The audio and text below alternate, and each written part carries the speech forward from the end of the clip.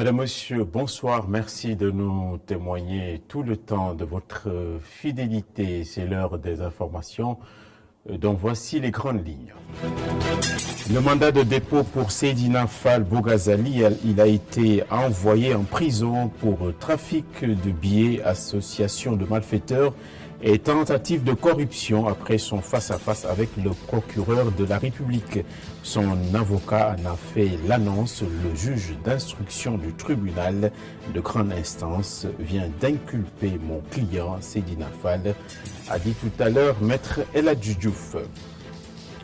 L'ARMP a brisé le silence sur le dossier interminable du contrat d'affermage de l'eau qui a été attribué à Suez. D'après Sayernian, cette dernière a présenté la meilleure offre et qu'il n'y a aucune anguille sous roche. C'est l'un des plus beaux objets que l'être humain ait eu à inventer. Le livre nous permet de nous cultiver et de nous enrichir en tout point de vue. La 17e foire du livre s'est ouverte hier à Dakar. Et puis l'invitée de cette édition, Madame Fatou Faye Ndiaye Dem, directrice de la famille et de la protection des groupes vulnérables. Madame Dem est aussi pharmacienne de profession. Nous la retrouvons en fin de journal. Le développement de tous ces titres dans un petit instant.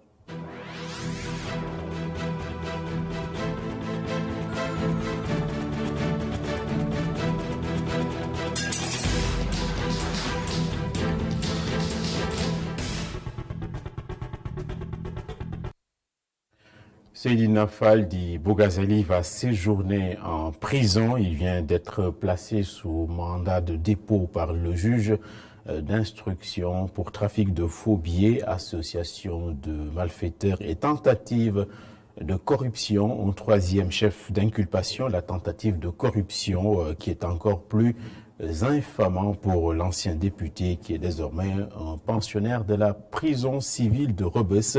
Nous écoutons son conseil, en l'occurrence Maître El Hadji Diouf, au micro de Mame Abdou Gueye Kassé. Le doyen des juges du tribunal de grande instance de Dakar vient d'inculper mon client Seydina Fall dit Boughazali et lui a décerné un mandat de dépôt. Oui, le juge a retenu l'association de malfaiteurs,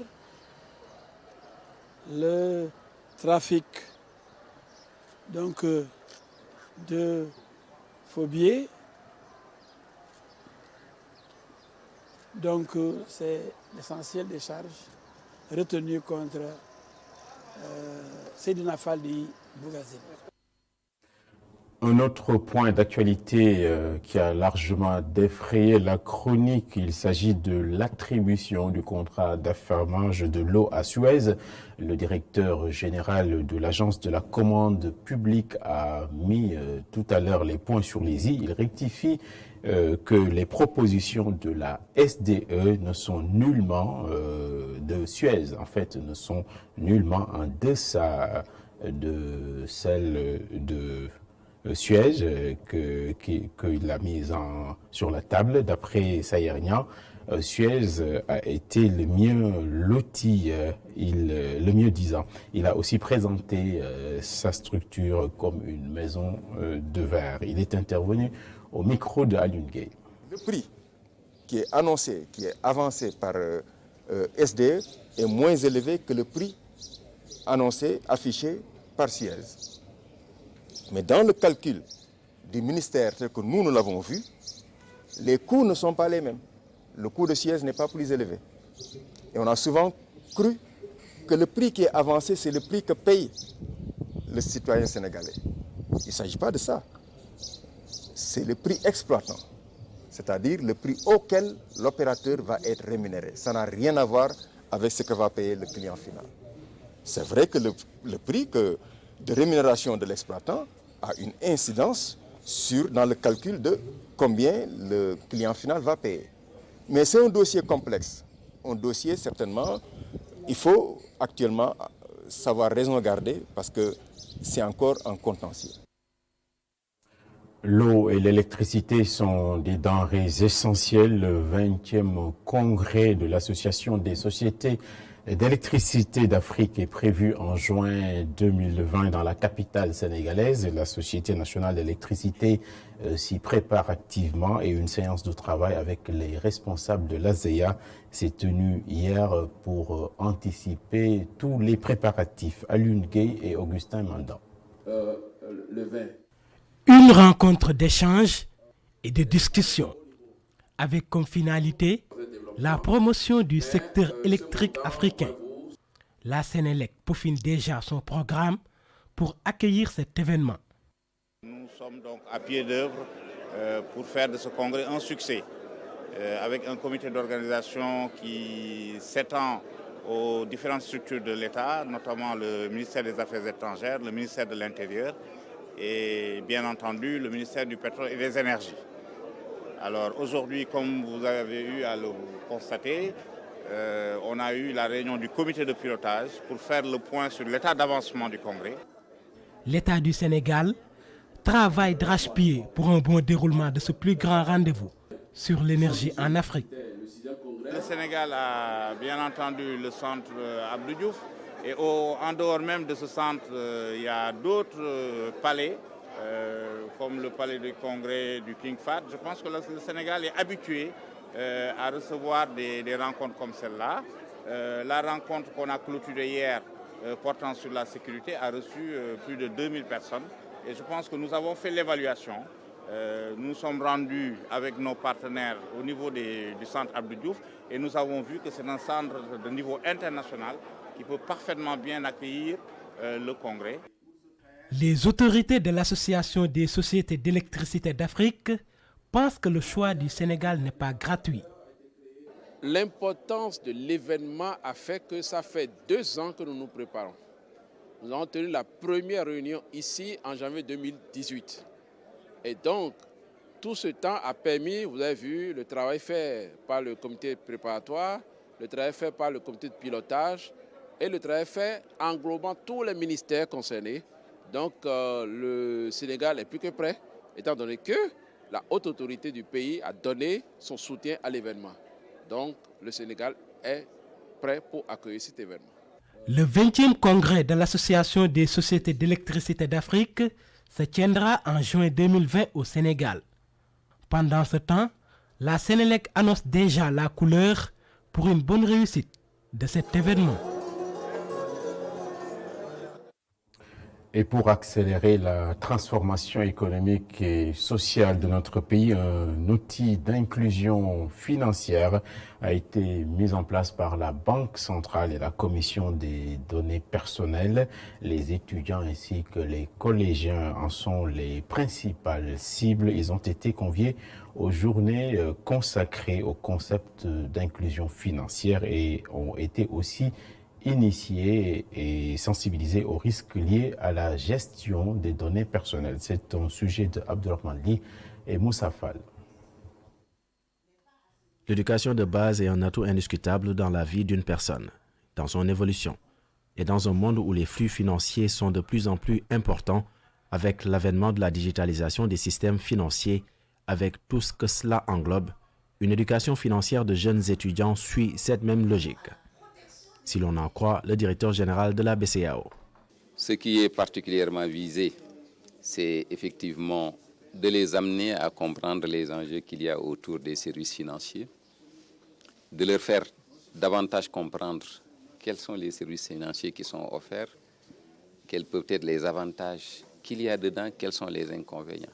L'idée, c'est de mettre en place un programme structuré par lequel, depuis l'école primaire, on donne le b.a.-ba de la finance à l'élève pour lui permettre d'avoir des choix responsables, pour lui permettre déjà très jeune de savoir comment budgétiser.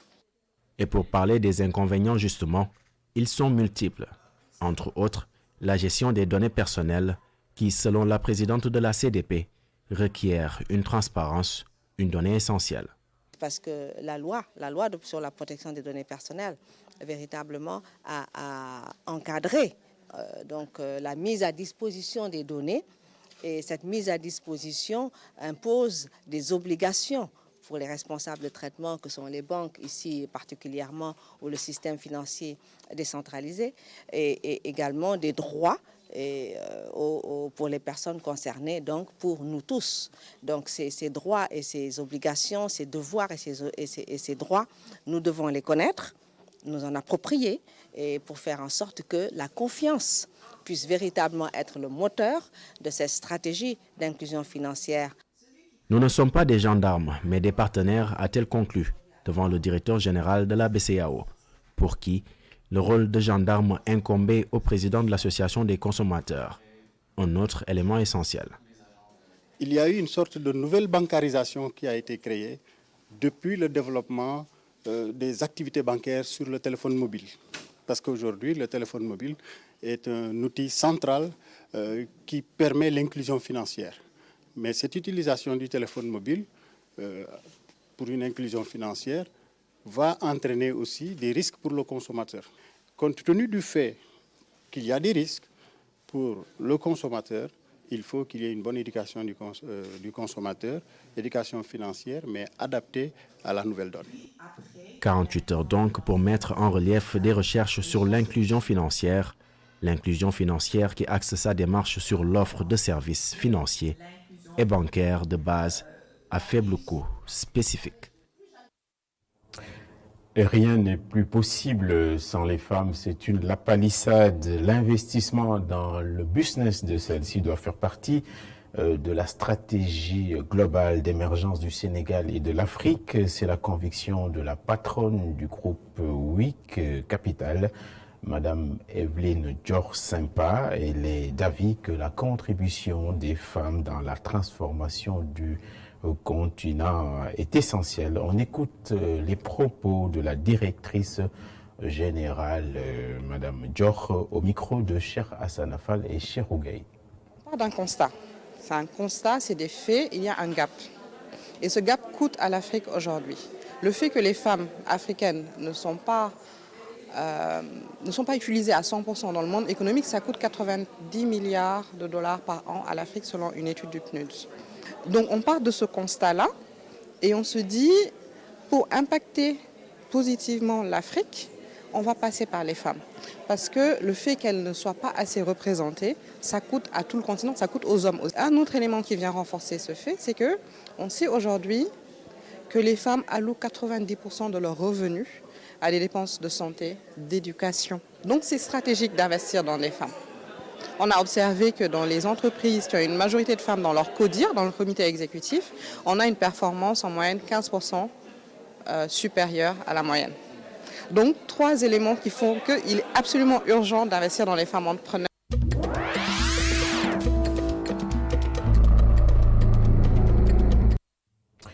La Gambie pense encore ses plaies. La commission Vérité et Pardon version gambienne poursuit toujours ses activités. Elle a encore dépaysé ses auditions en dehors de Banjul.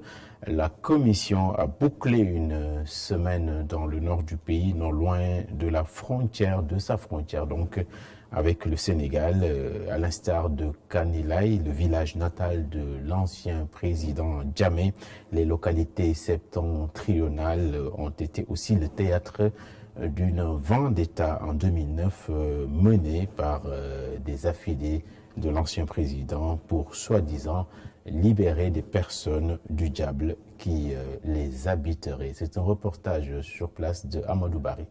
Dans une ambiance feutrée, la localité de Diambour, bourgade d'une centaine de personnes, a accueilli cette semaine les auditions de la commission Vérité, Réconciliation et Réparation. Elles sont une vingtaine de victimes à avoir témoigné entre lundi et jeudi. La plupart sont des personnes du troisième âge, à l'instar de Massirendine Mbodian, aujourd'hui nonagénaire, la plus âgée du village. La vieille dame avait plus de 80 ans quand elle a été capturée par des Green Boys, des membres du parti de l'ancien président Yaya Jammeh. Une fois désignée par les guérisseurs étrangers, danger, les miliciens se chargent d'arrêter les gens. Son grand âge, visible par un visage très ridé, ne l'a pas dissuadé à venir témoigner. En 2009, alors qu'elle vendait des cacahuètes, l'obus s'est arrêté devant sa maison pour qu'on lui enjoigne de monter sans précision de la destination. Comme elle, ils sont des centaines qui ont été acheminés dans la capitale pour boire des décoctions hallucinogènes censées les désensorceler.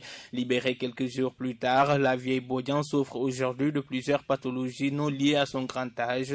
Malgré ce terrible traitement dont elle sort doublement victime, torturée puis stigmatisée à son retour, Massirendem Bodian a survécu. Ce n'est pas le cas pour une quinzaine d'autres personnes qui sont mortes de maladies contractées durant cette épreuve. Le monde est immense au-delà de nos murs d'habitation. Les nouvelles internationales sont rassemblées ce soir par Chersal. Au Soudan, le président du Parti populaire du Congrès, Ali Al-Haj, a été interpellé ce vendredi à son domicile selon le coordinateur du comité légal des forces pour la liberté et le changement. Il est inculpé pour son rôle dans le coup d'État qui a porté au pouvoir Omar el-Bashir en 1989. Ali Al-Haj est désormais incarcéré à la prison de Kober, celle où est détenu l'ancien président Bashir. Son arrestation s'inscrit dans le cadre d'une enquête du procureur général sur le coup d'État du 30 juin 1989 qui a porté Omar el-Bashir au pouvoir. Le bilan s'alourdit au Mali. L'armée a découvert jeudi 21 novembre les corps des traits de ses soldats portés disparus après l'attaque de lundi à Tambourkor, près de la frontière nigérienne, ce qui a porté à 43 le nombre de victimes de cette opération attribuée à des djihadistes selon des sources sécuritaires maliennes. Les forces maliennes et nigériennes menent une opération conjointe lundi contre des djihadistes quand une patrouille a été attaquée dans cette zone frontalière. Selon l'armée malienne, les assaillants avaient eux-mêmes perdu 13 hommes tués dans les combats et une centaine de suspects ont été capturés et étaient aux mains des forces nigériennes, avait indiqué lundi l'armée malienne sur les réseaux sociaux. Bruxelles, aussitôt actée par la reine Elisabeth II ce mercredi matin, la dissolution du Parlement britannique a lancé la campagne pour les législatives anticipées du 12 décembre. Celle-ci a démarré sur les chapeaux de roue. Le Premier ministre Boris Johnson, comparant son rival travailliste Jeremy Corbyn à Staline et se posant à sauveur de Bruxelles. Dans un discours prononcé depuis ses bureaux de 10, Boris Johnson a affirmé avoir été contraint de convoquer ces élections. Je ne veux pas d'élections anticipées. Personne ne veut vraiment d'élections en décembre. Mais nous en sommes au point où nous n'avons pas le choix, car notre Parlement est paralysé. Le Premier ministre a d'ailleurs annoncé qu'il présenterait à nouveau son accord de sortie de l'Union européenne conclu au Bruxelles devant le Parlement dès le premier jour de sa nouvelle session en décembre. Boris Johnson doit tenir dans la soirée son premier grand meeting de campagne dans le cœur du pays, le West Midlands, et reprendra ses thèmes favoris.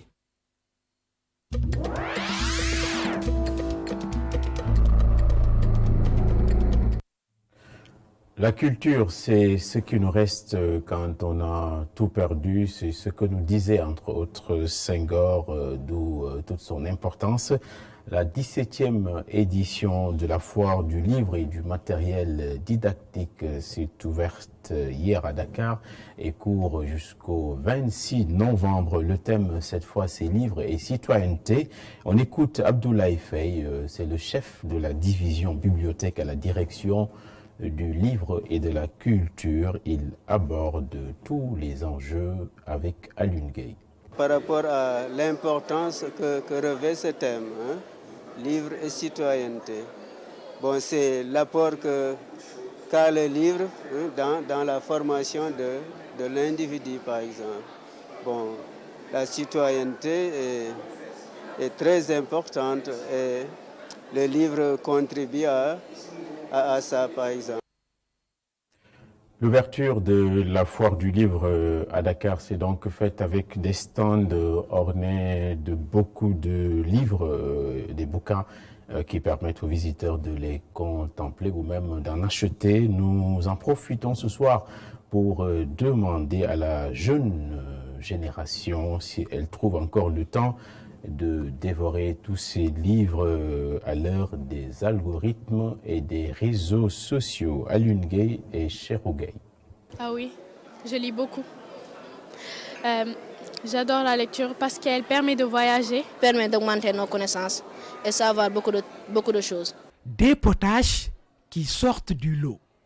Ces élèves aiment la lecture et connaissent même son importance dans le cursus d'un apprenant. Elle permet de mieux s'instruire, de connaître plusieurs histoires, de connaître le monde. Moi, je lis tout le temps. Si je n'ai pas de quoi faire, je prends mon manuel et je lis. Selon certains écrivains, l'avènement des nouvelles technologies de l'information et de la communication a amené beaucoup d'élèves à délaisser la lecture. Déjà, c'est qu'il faudrait retourner à la base, c'est-à-dire avant l'époque des smartphones, avant cette expansion de la télévision, même si elle existait quand j'étais encore jeune, il n'y avait que les livres, il n'y avait que l'école, la maison. Nous, ce qu'on faisait, c'est qu'une fois qu'on rentrait de l'école, on avait toujours peut-être de la lecture à faire. On n'avait pas aussi accès au téléphone. Moi, par exemple, j'ai eu mon premier téléphone presque en classe de terminale. Ce n'était pas un smartphone, donc il n'y avait pas Facebook, il n'y avait pas tous ces réseaux sociaux. Et l'autre chose, c'est que pour moi, un téléphone, c'est bien pour communiquer, mais on ne peut pas passer toute notre vie à communiquer. On ne peut pas passer toute notre vie sur les réseaux sociaux. J'utilise beaucoup les réseaux sociaux, mais j'adore lire des romans aussi, des contes. Ça m'intéresse toujours en tout cas, même si il n'existe plus des jeunes qui n'utilisent plus les réseaux sociaux. Tout le monde utilise les réseaux sociaux, mais en même temps, il y a des gens qui adorent lire. Ces élèves conseillent à leurs camarades de lire pour acquérir plus de connaissances et parfaire leur niveau de langue. Il faut beaucoup lire pour avoir beaucoup de vocabulaire et beaucoup de connaissances. En fait, ils influencent les autres aussi. Ils peuvent même influencer leurs enfants à ne carrément plus lire. Et la lecture, c'est quelque chose d'extraordinaire. La lecture est une véritable panacée selon certains écrivains. Mais depuis l'arrivée des nouvelles technologies de l'information et de la communication, beaucoup d'élèves ont jeté leur dévolu sur ces nouveaux outils et pas forcément dans la bonne manière. Et c'est un constat unanime. Dakar manque de plus en plus d'animation culturelle, mais cela pourrait être brisé un instant. En prélude au carnaval de Dakar qui démarre demain, le groupe Labelcom a délivré une communication pour présenter le sens de la manifestation qui va magnifier la diversité culturelle et le respect des différences qui restent un bel atout pour notre cher pays. C'est un sujet de Tidiane Cissé. Les cultures sérères, Peul, Mandeng ou Wolof font la diversité culturelle du Sénégal. Une diversité qui mérite une promotion nationale. Regardez chacun en âme et conscience beaucoup de choses sur lesquelles nous ne sommes que des animaux mais que nous avons la pudeur de cacher. Autant nous nous efforçons de créer l'unité dans ce pays, autant il serait dangereux d'uniformiser et d'avoir des robots. Mais créons cette unité, c'est-à-dire tissons des liens qui nous permettent de nous entendre comme dans un mariage. Au Sénégal, la culture joue un rôle important dans le vivre ensemble et dans la cohésion sociale. Aucune culture, et c'est important, n'est supérieure à une autre. Cela n'existe pas. Les cultures sont différentes, il n'y a pas de supériorité d'une culture sur une autre. Deuxième chose à retenir, chacune de ces cultures recèle des spécificités qui sont susceptibles d'enrichir les autres cultures. La culture a un potentiel attractif important. La culture, c'est ce qui définit aussi quand on sort de la partie danse qui est importante aussi. Moi-même qui vous parle, j'ai un mélange de Serer, Toucouleur, Bambara. Voilà, et pareil dans toutes les familles. Hein. Le Grand Carnaval de Dakar est devenu aujourd'hui un événement culturel très important dans la promotion de la culture sénégalaise. Cette conférence marque le début de 3 jours de festivités à Dakar. C'est une parade donc, qui va se dérouler là sur le boulevard du Général de Gaulle qu'on appelle centenaire. Donc le parcours sera là et l'arrivée ici, Obélisque. Le projet, c'est d'institutionnaliser l'événement. Donc là, c'est une première, il fallait qu'elle ait lieu, qu'elle se pose. Et donc, voilà, sur les prochaines, on aura un calendrier fixe. Ça veut dire un rendez-vous que tout le monde pourra préparer longtemps à l'avance.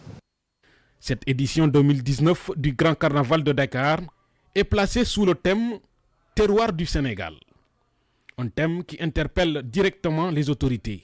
Elles sont appelées à faire la promotion de toutes les cultures du pays pour la consolidation de la cohésion socio-culturelle.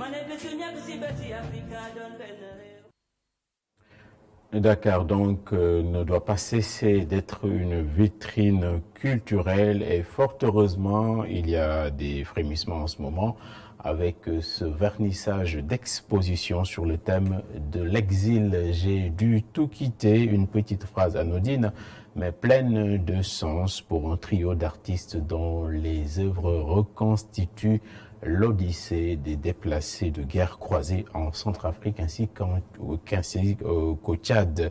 À travers des portraits édifiants, les artistes nous plongent dans le quotidien alambiqué d'un déplacé de guerre. Le poids des mots, le choc des photos, c'est un sujet de Mamadou Bipa Sissoko. Dans le monde de l'art, certains optent pour l'art, d'autres pour un art engagé pour une cause.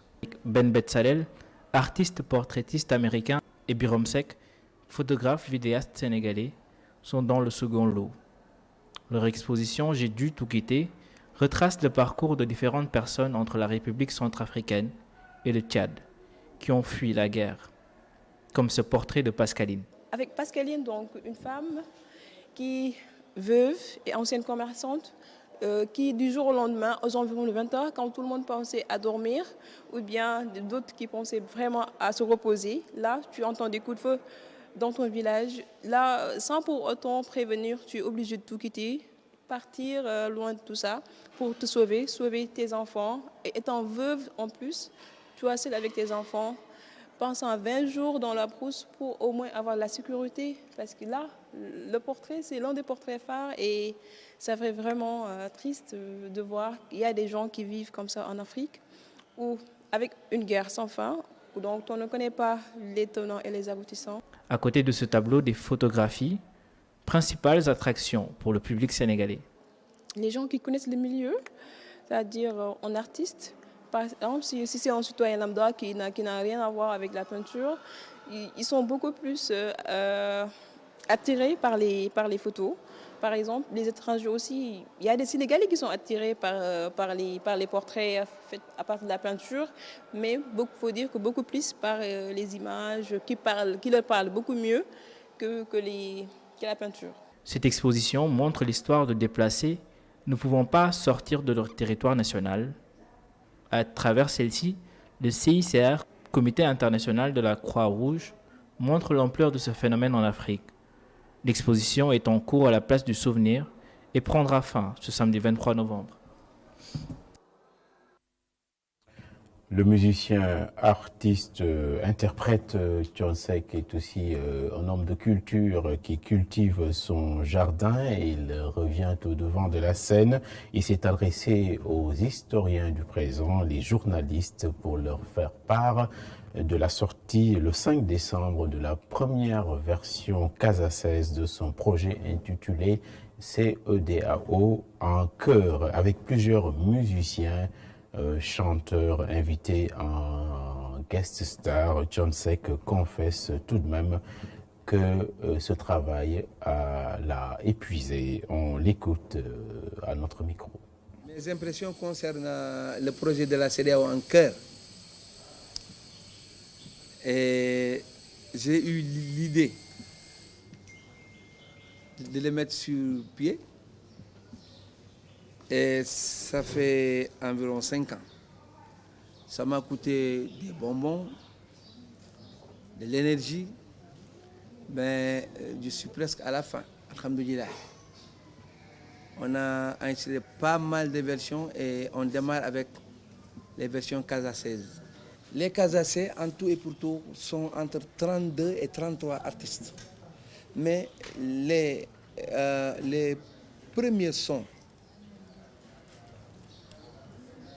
accompagnés de leurs clips sont actuellement au nombre de 18 ou bien 19.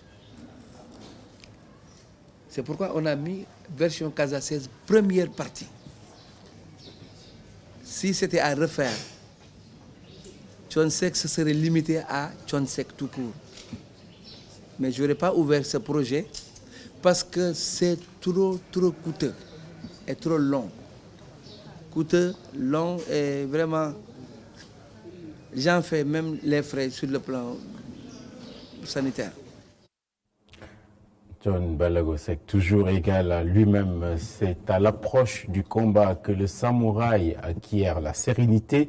Le champion d'Afrique de boxe, Mbagnick Ndiaye, était dans nos murs à ITV. Le médaillé d'or s'est confessé chez Sékou Seydi après son revers en finale du dernier Open de Dakar infligé par l'Algérien El Merdi. Le judoka ne s'est pas confondu en excuses et déplore tout de même la situation exécrable de la discipline au Sénégal. Et sans langue de bois, il pense que le judo est délaissé, déshérité, orphelin. On l'écoute donc au micro de Sékou Seydi. Quelques semaines après son revers en finale lors de l'Open de Yaoundé, Mbagnick Ndiaye ne s'est pas relevé du ring. Le number one Afrique a buté sur l'Algérien Mohamed El Merdi Lili en finale de l'Open international de Dakar qui s'est clôturé dimanche dernier à Dakar Arena. Mais il ne se plaint pas pour autant. Le champion d'Afrique reconnaît que rien ne sera plus facile. On est dans une pleine saison et que voilà, toutes les compétitions sont décisives.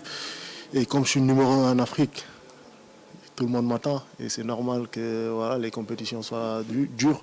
Mais après, voilà, c'est la loi du sport, on accepte la défaite et voilà, on va continuer à avancer. Mbagnick Ndiaye est l'espoir de tout un peuple pour aller décrocher la médaille olympique qui fuit le Sénégal depuis 1988 à Séoul, où Amadou Diaba remportait la première et unique médaille du pays. Un fardeau certes, mais le judoka de 26 ans y croit. Elle est assez lourde, mais bon, comme vous le savez, on est athlète de haut niveau, on est professionnel, on va tout faire pour essayer d'atteindre ces objectifs. En tout cas, c'est ce que je me suis fixé et je vais aller au bout de mes efforts pour remporter cette deuxième médaille olympique. Et voilà, je suis conscient des échéances qui vont venir et je suis conscient aussi de la valeur de cette médaille et voilà, je vais tout faire pour la gagner, Inch'Allah. Le meilleur sportif de l'année de la NPS ne ferme pas l'œil devant la situation actuelle du judo au Sénégal. La discipline souffre de manque d'accompagnement, regrette le médaillé d'or des derniers Jeux africains. C'est vraiment dommage que l'État ne puisse pas appuyer derrière parce que voilà, le sport de haut niveau, ça demande énormément de sacrifices et de moyens aussi. Et là, vous savez, on gagne tout le temps des médailles, on n'est pas récompensé et tout. Franchement, ça n'encourage pas. Après, les jeunes qui sont derrière, même moi aussi qui suis devant, ça ne m'encourage pas à encore surpasser mes limites parce que quand tu gagnes une médaille d'or et que tu n'es pas récompensé, et quand est-ce qu'ils vont récompenser ? Parce que la médaille d'or, je suppose que c'est la limite. Si tu n'es pas récompensé, ça veut dire que voilà, ça sera compliqué l'avenir hein, si ce n'est pas récompensé. Mbagnick Ndiaye quitte Dakar cet après-midi en direction de la France, où il finit ses études cette année.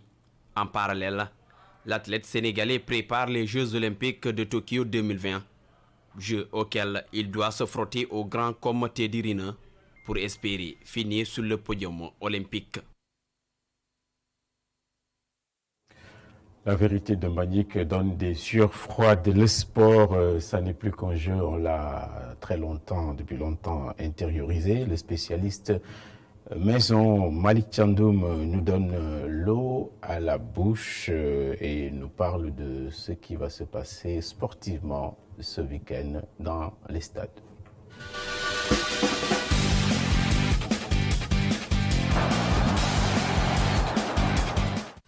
Coupe du monde de beach soccer au Paraguay, les Lions champions d'Afrique en titre sont entrés en lice ce vendredi contre la Russie, 2 fois vainqueurs du trophée en 2011 et en 2013. Pour leur 6e participation en phase finale de Coupe du monde de beach soccer, Ngalasila et ses poulains visent la finale et même le trophée. Un pari difficile dans une poule relevée où on trouve la Russie, Biélorussie et les Émirats arabes unis. L'autre représentant africain, le Nigeria, joue contre le Portugal ce vendredi. En football local, le challenge des champions se poursuit ce week-end avec la 3e journée. Dans la poule A, Gorée, déjà qualifié, Djambar et Génération Foot, dont le duel des académiciens, luttent pour la 2e place. Dans la poule B, Dakar Sacré-Cœur, presque éliminé, surveillera le duel Jaraaf-Teungueth FC pour une hypothétique qualification. Seule une défaite de 5-0 des Verts et Blancs peut sauver Dakar Sacré-Cœur. En Europe, après la trêve internationale, les championnats reprennent du service. En Ligue 1 française, le Paris Saint-Germain, leader, reçoit Lille au Parc des Princes. Mais l'attraction sera le déplacement de l'Olympique de Marseille à Toulouse ce dimanche. En Bundesliga, le leader Mönchengladbach se déplace ce samedi à Berlin contre l'Union de Berlin, 11e au classement. Le Bayern de Munich, 3e à 4 points du leader, sera à Düsseldorf, tandis que Leipzig, 2e, reçoit Cologne. En Espagne, on joue la 14e journée. Le Real reçoit Real Sociedad ce samedi. Barça de Léo Messi se déplace à Leganés. En Premier League anglaise, Liverpool va vers un périlleux déplacement à Crystal Palace, tandis que Man City reçoit Chelsea. Un match à suivre absolument ce samedi. Enfin, en Italie, on surveillera l'Atalanta qui reçoit la Juventus de Turin, Milan AC qui reçoit Naples et Torino Inter de Milan ce samedi.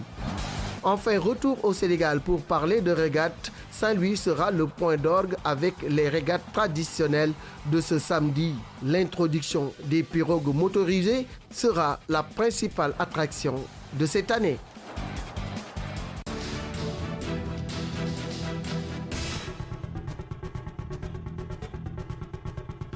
Nous recevons ce soir Madame Fatou Ndiaye Dème Faye, c'est la directrice de la famille et de la protection des groupes vulnérables au Sénégal. Merci Madame d'avoir répondu à notre invitation.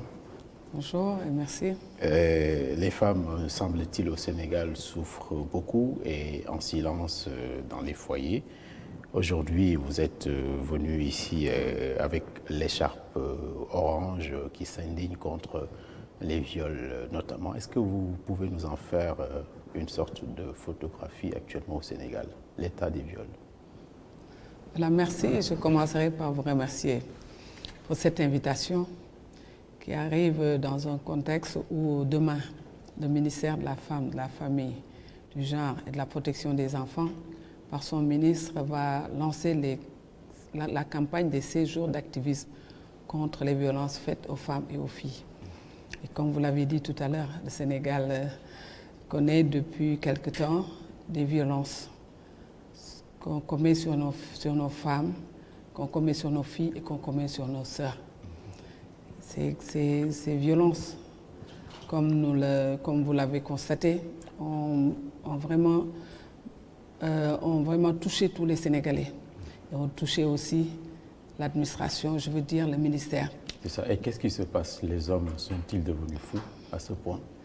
Je ne dirais pas que les hommes sont devenus fous à ce point, mais je dirais aussi que le problème se situe surtout au niveau de nos familles, puisque nous avons vu que les violences sont faites dans le milieu familial, ou bien dans la concession qui se trouve là, qui s'appelle la maison. D'où l'importance de parler de la famille aujourd'hui, de la famille sénégalaise. C'est ça. Et quelles sont avec toutes ces mutations qu'elle subit. Ces mutations d'ordre sociologique et aussi d'ordre contextuel, puisque nous savons que la famille subit l'influence de l'extérieur et ce n'est pas toujours ce que perçoit le Sénégalais, je dirais plutôt la jeunesse, et vraiment ce qu'il doit percevoir de l'étranger. Et aussi, nous avons aussi un contexte aussi qui peut aussi être une cause.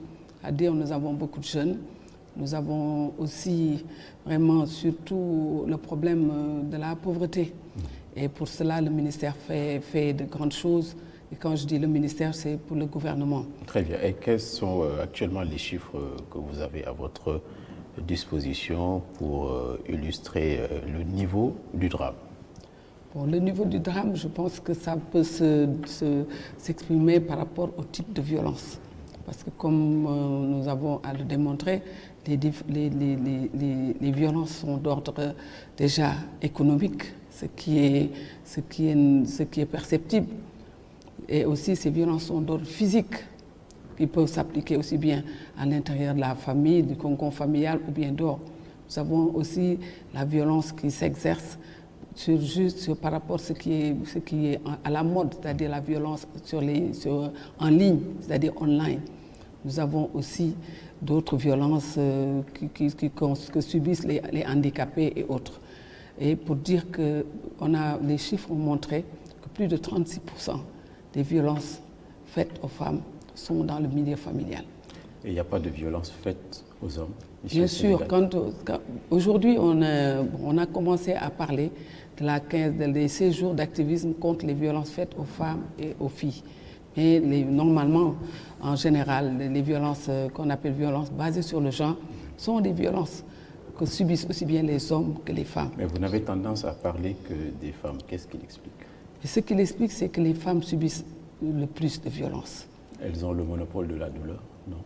Elles ont peut-être le monopole de la douleur. Ça, je peux être en phase avec vous. Très bien. On va parler rapidement de la famille sénégalaise. Oui. Comment elle se porte en 2019? La famille sénégalaise se porte, je pense que je l'ai dit tout à l'heure, elle subit des mutations. Et ça, tout le monde peut le comprendre. C'est-à-dire les familles ne sont plus les familles d'avant, où il y avait le papa, la maman, mais aussi les grands-mères, les tantes maternelles, paternelles et autres, les cousins, cousines. Maintenant, on a tendance à aller vers, surtout en milieu urbain, on a tendance à vivre un peu de manière comme européenne, ou bien je dirais comme les Toubabs, comme ils le disent. La famille est en train de se rétrécir. Très bien. Et quelles sont les missions de la direction de la famille et des groupes vulnérables? Est-ce que vous avez assez de moyens actuellement? Nos missions se résument à effectivement porter le programme de violence basé sur le genre, qui est un programme très vaste. Nous avons aussi le programme de la promotion de la femme, du statut de la femme. Nous avons aussi le programme de la famille, qui est assez large. Et vous êtes aidé par votre ministre? C'est le ministre déjà qui porte le programme. Nous sommes une direction technique. Je pense que la mission première revient au ministre. Et quant aux moyens, je pense que nous avons les moyens de l'État. C'est toujours le lieu et d'ailleurs le ministre en profitera demain lors de son passage à l'Assemblée pour demander encore plus. Parce que, comme je vous l'ai dit tout à l'heure, et comme tout le monde le constate, toutes ces problématiques que nous avons en charge sont en train de vraiment grimper en termes de violence ou bien en termes de demande ou bien de développement. Très bien. Les enfants de la rue, les talibés comme on les appelle communément, là vous avez échoué sur toute la ligne. Je ne dirais pas que nous avons échoué. Et vous savez que le ministère de la Femme a en charge le portefeuille de l'enfance depuis moins d'un an. Et dès que le ministère a eu cette mission de la protection des enfants, le ministre a réuni tous les services du gouvernement, mais aussi s'est aussi approché de la société civile, de tous les acteurs publics et privés. Et en ce moment, sous peu, un grand programme va être développé et nous sommes sûrs que vraiment avec ce programme, nous allons réussir du moins quelque chose. Il y a combien d'enfants talibés, d'enfants de la rue en fait, au Sénégal? C'est difficile de le définir. Vous n'avez aucun chiffre? Si, il y a des chiffres, mais ces chiffres évoluent tellement. Vous savez, c'est par les frontières, c'est aussi même à l'intérieur du Sénégal que ça se développe. Au Sénégal, il y a également beaucoup de mariages, mais sûrement il y a autant de divorces. Qu'est-ce qui explique ça? Ce qui explique ça, c'est ce que je disais tout à l'heure. Il y a beaucoup de mariages, certainement, mais aussi les divorces sont de différentes causes. Puisque les divorces peuvent être, je pense qu'on le conçoit, vous et moi, nous sommes femmes et hommes, on voit qu'il y a déjà le niveau de vie que demande maintenant chaque citoyen, qui est assez élevé et qui n'est pas toujours faisable par rapport à l'homme, puisque nous pensons que c'est l'homme c'est traditionnellement ce qui est reconnu, mais je dirais aussi que les femmes sont les battantes et participent beaucoup dans la famille. C'est ça, il est dit que les divorces au Sénégal sont de plus en plus nombreux. Est-ce que ça, c'est une vision exacte? C'est une vision exacte, mais sont de plus en plus nombreuses parce que aussi, c'est normal, je disais tout à l'heure que la famille est en train de subir des mutations. Et quand il y a des mutations, on s'attend toujours plutôt qu'il y ait vraiment des choses qui changent. Voilà. Récemment, un grand marabout a parlé de Takoussouf. C'est les mariages qu'on ne déclare pas. Est-ce que vous avez des informations sur l'ampleur de ce phénomène au Sénégal? Non, nous n'avons pas vraiment des chiffres par rapport à ce phénomène, mais c'est un appel certainement aux femmes pour dire aux femmes qui certainement subissent vraiment les méfaits de cela, puisque des conditions sociales leur font s'engager dans cette voie. Mais je pense que c'est un appel que je leur fais pour pouvoir dire que le mariage, c'est une contractualisation. Alors, ils ont intérêt à vraiment avoir le certificat pour être vraiment à l'aise et aussi pouvoir se développer. Il nous reste 1 minute, on n'a pas parlé des personnes âgées. Oui. Vous avez une bonne politique en leur direction? La direction accompagne plutôt, puisque les programmes de ces personnes âgées, du point de vue santé, on a vu le plan Sésame, vous avez vu aussi avec l'IPRES, il y a beaucoup de choses qui se font. Mais je disais tout à l'heure que le ministère accompagne, c'est-à-dire nous accompagnons dans des programmes sociaux, nous accompagnons dans le renforcement aussi de la prise en charge. Voilà. Et un dernier appel en direction de toute la société sénégalaise, notamment sur le sujet du viol. Qu'est-ce que vous pouvez leur dire? Ce que je dis, je vais commencer à parler de la violence en général, puisque le viol constitue vraiment une des formes, mais certainement une des formes les plus aggravantes. Et j'appelle toute la population à être dans la vigilance, à être aussi dans la prévention, puisque nous savons que le viol surtout freine l'épanouissement de la femme, et à ce titre freine le développement du pays si on sait que les femmes occupent plus de 50% de la population et leur autonomisation qui est entravée par ces formes de violence qu'elles subissent et serait aussi un frein au développement du pays. Merci Madame. C'est moi qui vous remercie. D'avoir répondu à notre invitation. Voilà, moi je vous remercie et si vous me le permettez, je voudrais aussi inviter toute la population à venir rejoindre le ministère demain au Monument de la Renaissance pour le lancement de la campagne des 16 jours d'activisme où nous rendrons hommage aux filles, aux femmes qui sont parties et dont les destins ont été tragiquement brimés. Et c'est un appel que je voulais lancer à toute la population. Voilà, merci Madame. Je vous en prie signale également merci que vous êtes pharmacienne. Voilà, je suis pharmacien. C'est compatible avec ce que vous faites? C'est très compatible. C'est très compatible. Merci Madame, merci. C'est donc la fin de ce journal. Merci. Tout au long du week-end, Adama Anouchkaba vous délivrera les informations. Et je vous remercie donc de votre aimable attention et bon week-end.